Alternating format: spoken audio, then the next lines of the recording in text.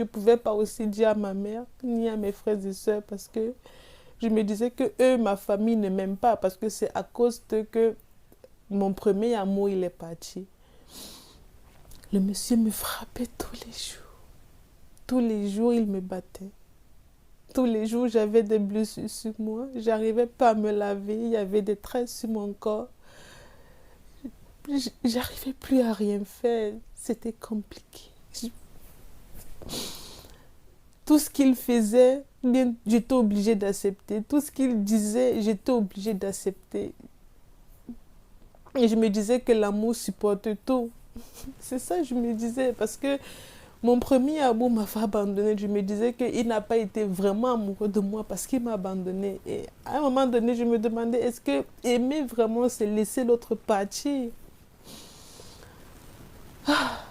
Il me frappait tout le temps.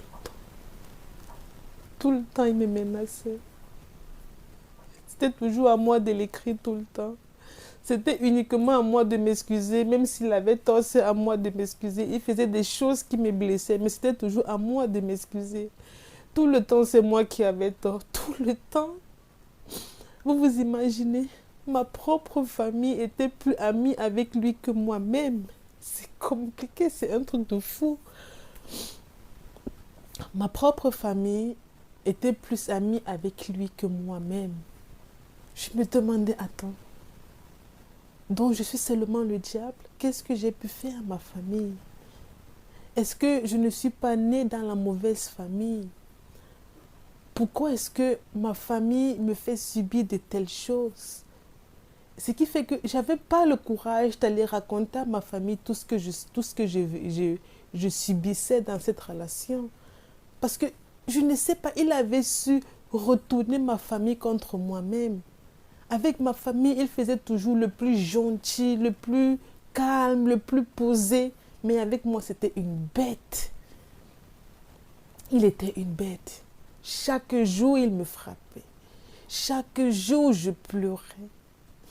Et à un moment donné, il a commencé à me menacer que je dois lui faire un enfant. Je ne savais pas. J'avais que 18 ans, j'avais peur.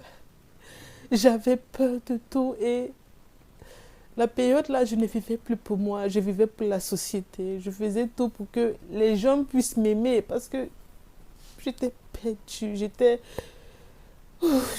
triste, mais je ne sais pas. Après, les gens vont se placer, ils vont me dire que je ressemble à rien. Vous voulez améliorer votre vie, avoir des conseils beaucoup plus pratiques, non seulement pour améliorer votre vie personnelle, professionnelle, relationnelle, amoureuse et bien d'autres encore. Cette chaîne-ci est idéale pour vous.